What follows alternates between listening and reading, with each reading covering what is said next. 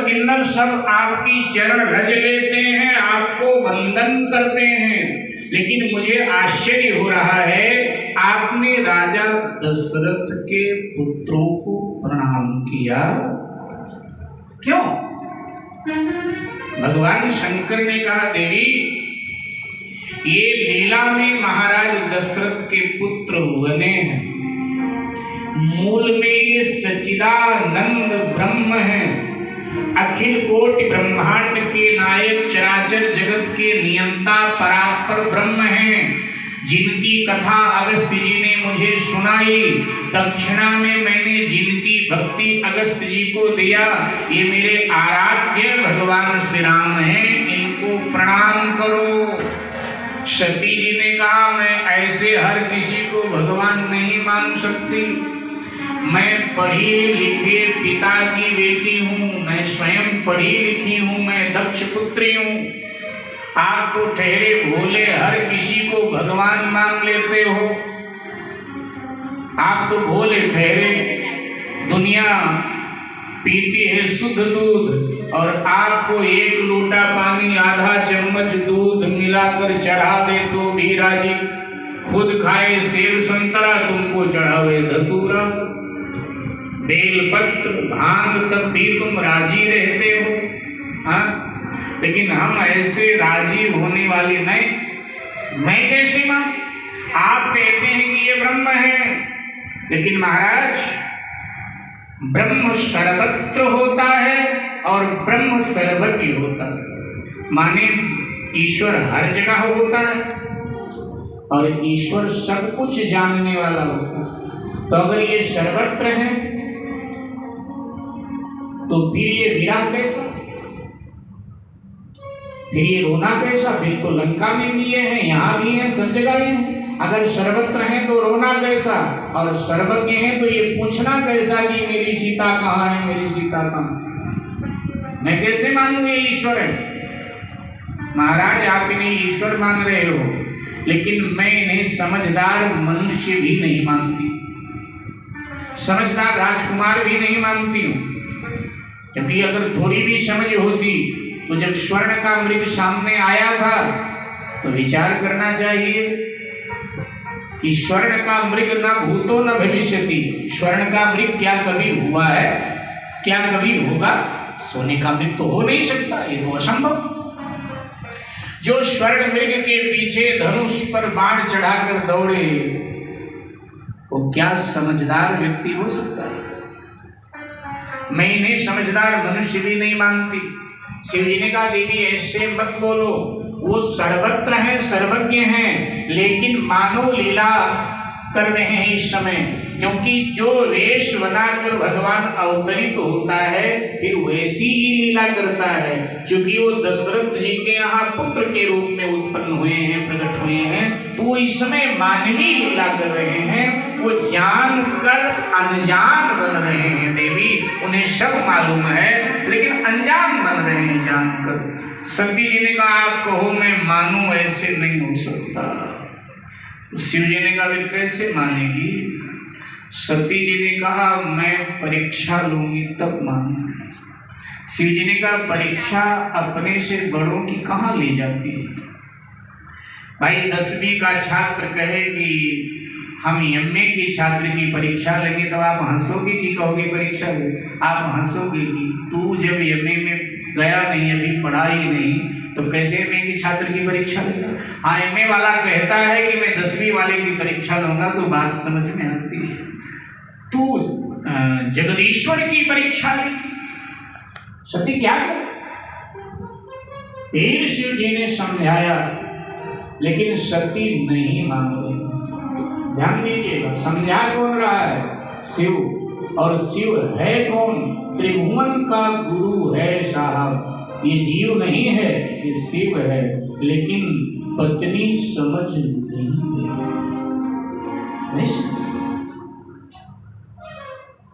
शिव जी ने कह दिया भाई जब नहीं मानती हो तो ठीक है, जाओ ले लो परीक्षा।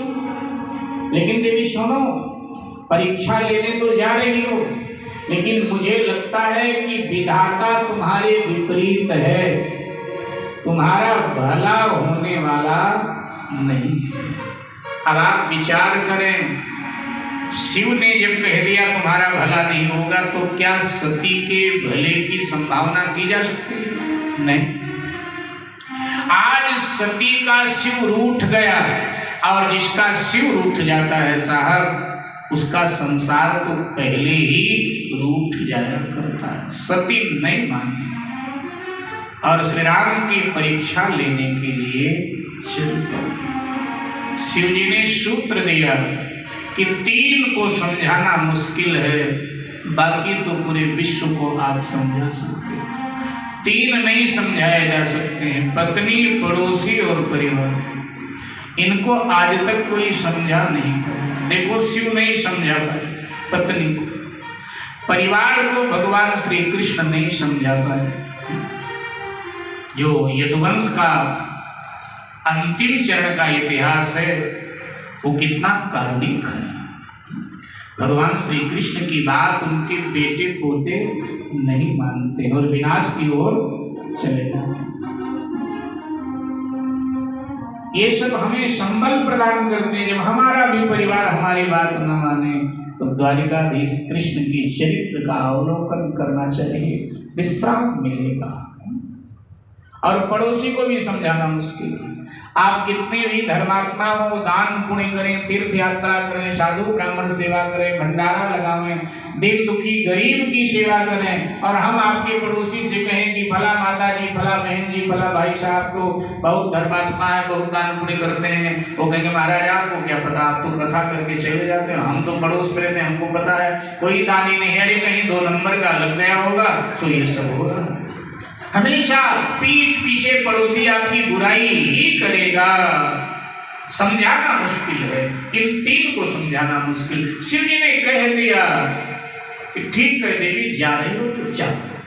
सती जी चल पड़ी और शिव जी ये प्रसिद्ध पंक्ति बोल देते हैं, और ये पंक्ति आप सबको याद होगी। शिव जी ने कह दिया आप तो, हुई है सोई जो राम लचीला,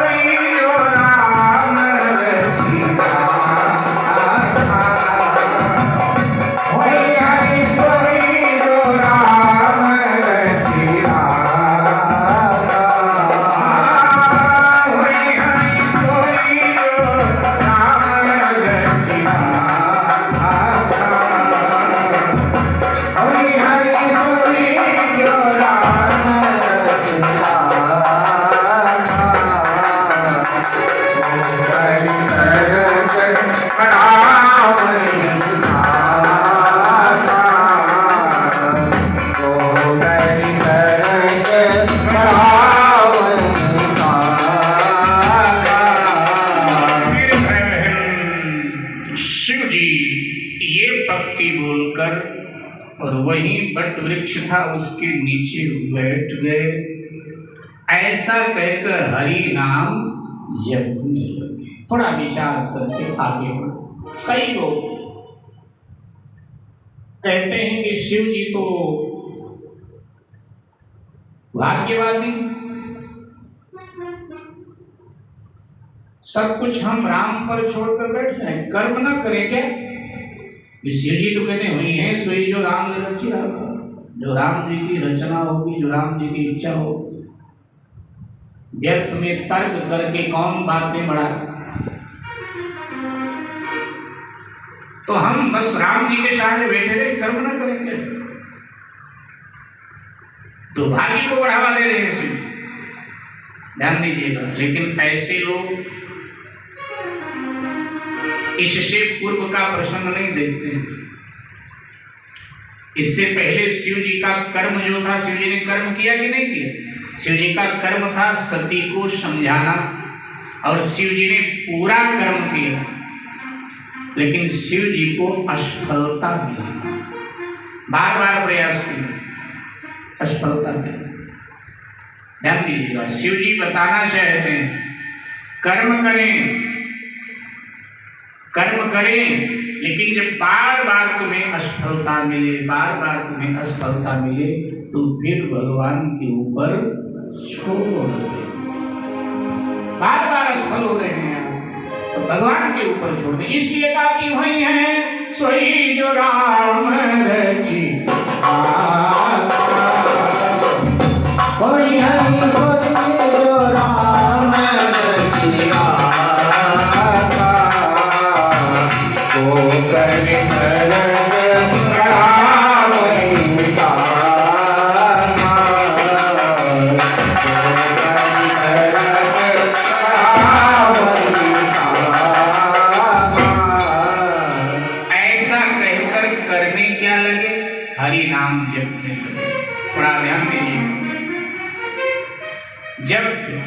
गृहस्थ में सुख शांति थी, हरा भरा गृहस्थ जीवन था, तब कहाँ गए पति पत्नी? कथा सुनने, भगवान से अपने को जोड़ रखा। और जब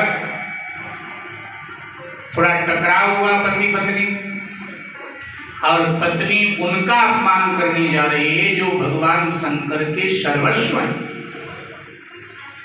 तब शिव जी क्या करने लगे? हरि नाम जपने लगे। शिव जी कहते हैं जब तुम्हारे जीवन में भयानक मोड़ आवे, जब तब भी भगवान से अपना संबंध बनाए रखो। सब छूटे छूटने दो, भजन मत छोड़ना। अगर तुम्हारे जीवन में ईश्वर की शरणागति है, ईश्वर का भजन है, तो बहारें फिर लौटे, बहारें फिर आएंगी। इसलिए राम ना विसार बंदे, राम ना विसार। इसलिए भजन तो भजन करें। इधर मेरे भाई सती ने विचार किया कि इस राम की परीक्षा किस ढंग से, निर्णय लिया मैं सीता बनूंगी। ये सीता को ढूंढ रहे हैं, मैं सामने जाऊंगी, मुझे देखेंगे, अगर ईश्वर होंगे तो पहचान लेंगे ये सीता नहीं है, ये सती है। साधारण से मनुष्य होंगे तो मुझे पकड़कर गलवहियां लेंगे, मेरे गले लगेंगे कि तू कहाँ थी, मैं तो तेरी याद में कितना रो रहा हूं। दे पुराणकार कह देते हैं निज सती रूप को छुपा तुरंत, निज सती रूप को छुपा तुरंत, सीता का वेश बना डाला, और जलने के लिए हाथी ने पैदा कर ली खुद ही ज्वाला। जलने के लिए हाथी ने पैदा कर ली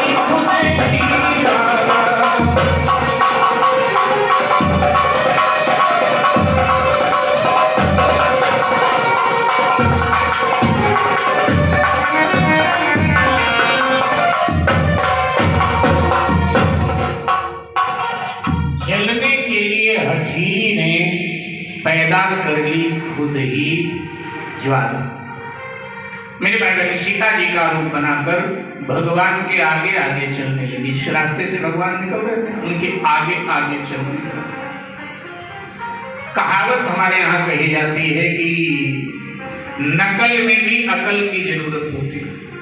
अब सती ने सीता बनने की नकल तो की, लेकिन सीता माँ वाली अकल नहीं आई, क्योंकि असली सीता श्री राम के आगे नहीं चलती, तो श्री राम के पीछे पीछे चलती है। ये आगे आगे चली। एक लता, लता समझते हैं, एक लता में छुप के बैठ गई। राम जी लताओं को उठा उठा के देखते थे, तो मजाक तो नहीं कर रही हो, सीधे कहीं छुपी तो नहीं हो, इसलिए देखते थे। तो सोचा जब ये लता उठाएंगे मुझे बैठी देखेंगे, परीक्षा हो जाए। सबसे पहले सती जी पर लक्ष्मण जी की दृष्टि गई। अच्छा, लक्ष्मण जी की नजर बड़ी पैनी नजर, एक नजर में व्यक्ति को पहचान लेती है। जब मारीची स्वर्ण मृग बनकर आया और जब भगवान तैयार हुए उसके पीछे जाने के लिए, तो लक्ष्मण जी ने कहा, महाराज स्वर्ण का मृग ना कभी हुआ है ना कभी होगा, मुझे तो लग रहा है ये मारीची है, सोने का मृग बनकर आया है। क्योंकि इससे पहले भी कई बार ऋषि मुनियों को सोने का मृग बनकर इसने भ्रम में डाला है, उनको परेशान किया है, उनको इसने मारा है, ये मारीची ही है। भगवान को भी पता था ये मारीची है, लेकिन उनको तो लीला करनी थी, सो लक्ष्मण जी की बात सुनकर अनसुनी कर दिया और आज इससे पहले जब सती को देखा, आज जब सती को देखा, तो जैसे सती को देखा तो लक्ष्मण जी तत्काल पहचान गए। बाप रे, लक्ष्मण दीख उमाकृत भेषा, चकित भय भ्रम हृदय विशेषा। लक्ष्मण जी एकदम चकित हो गए, बाप रे, इस सती को क्या हो गया जो सीता बनकर यहाँ आकर लता में बैठ गई छुप के। मैं कहूँ प्रभु से, लेकिन फिर लगा अगर मैं प्रभु से कहता हूं तो कहीं लीला में विघ्न ना आए, क्योंकि यहाँ मुझे बोलने की भूमिका मिली नहीं है जो मैं बोलूं। कहीं ना सकत कछु अति गंभीरा, चूंकि लक्ष्मण जी बहुत गंभीर हैं। लक्ष्मण जी के विषय में हमारे समाज में बड़ी भ्रांतियां हैं। कई लोग मानते हैं कि लक्ष्मण जी तो बड़े क्रोधी हैं, गुस्सैले हैं, हमेशा क्रोध में भरे रहते हैं। कई लोग मानते हैं कि लक्ष्मण जी तो बहुत बड़बोले हैं, जो आया बोल देते हैं। नहीं नहीं साहब, नहीं, आपने लक्ष्मण जी को पढ़ा नहीं शास्त्रों में। यहाँ ये पंक्ति क्या बोल रही, कहीं न सकत कछु अति गंभीरा। लक्ष्मण जी बड़बोले नहीं है तो अति गंभीर हैं, और प्रभु प्रभाव जानत मति धीरा, भगवान के प्रभाव को जानते हैं और बहुत बुद्धिमान धैर्यवान है लक्ष्मण जी। लक्ष्मण जी ने कहा जो लीला प्रभु की होगी अपने आप प्रकट होगी, मेरा बोलना ठीक नहीं, इसलिए लक्ष्मण जी चुप रहे। इतने में तो भगवान की दृष्टि सती पर चली गई। सती कपट जाने सुर स्वामी। मेरे भाई बहन, कपट दुनिया के आगे भी नहीं चलता। आपके आगे कोई कपट करे, ज्यादा दिन नहीं अपने को छुपाता रहेगा, मतलब 1-2 महीने में सब प्रकट हो जाए। जब दुनिया से व्यक्ति अपने असली रूप को नहीं छुपा सकता, भगवान के आगे कैसे छुपा पाएगा। कभी गंग लिखते हैं कि तारों के तेज से चंद्र छुपे नहीं, सूर्य छुपे नहीं, बादल छाए। तारों के तेज से चंद्र छुपे नहीं, सूर्य छुपे नहीं, बादल छाए। भीम पड़ेगा जे पूरा छुपे नहीं, दाता छुपे नहीं, दाता गिराए। भीम पड़ेगा जे पूरा छुपे नहीं, दाता छुपे नहीं, दाता गिराए। दाता छुपे नहीं, दाता गिराए। दाता छुपे नहीं, दाता गिराए। पट के पट में छुपे नहीं, चंचल नारी छुपे न छुपाए। पट के पट में छुपे नहीं, चंचल नारी छुपे न छुपाए।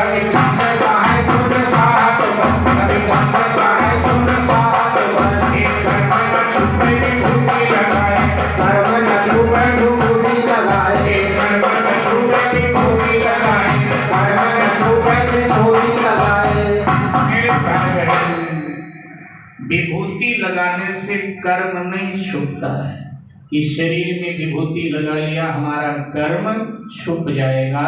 कर्म तो प्रकट होता ही है मेरे भाई, कोई छुपता।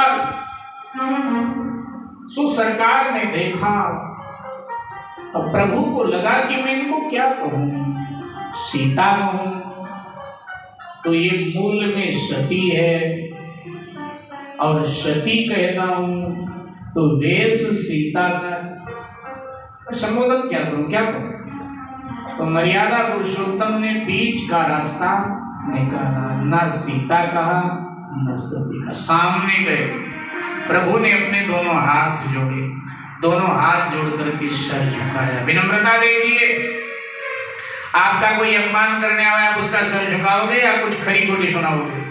क्या करोगे? अपना सर झुकाओगे या खरी खोटी सुनाओगे?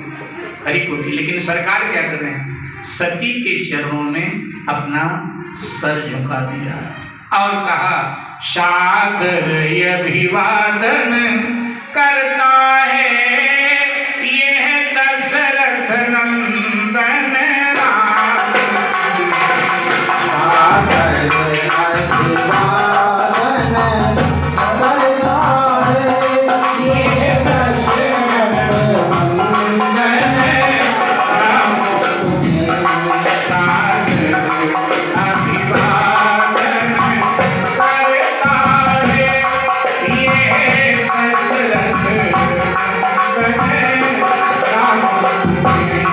सादर अभिवादन करता है यह दशरथ नंदन राम।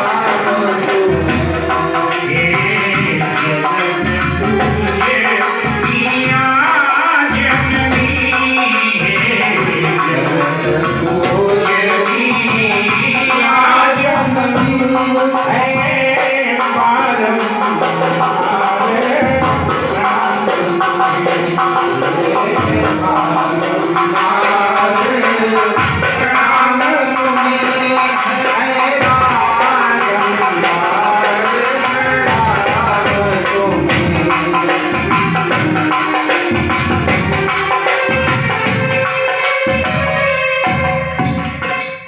मैं दशरथ नंदन राम, हे जगत जननी, आपको प्रणाम कर रहा हूं, बारंबार प्रणाम कर रहा हूं।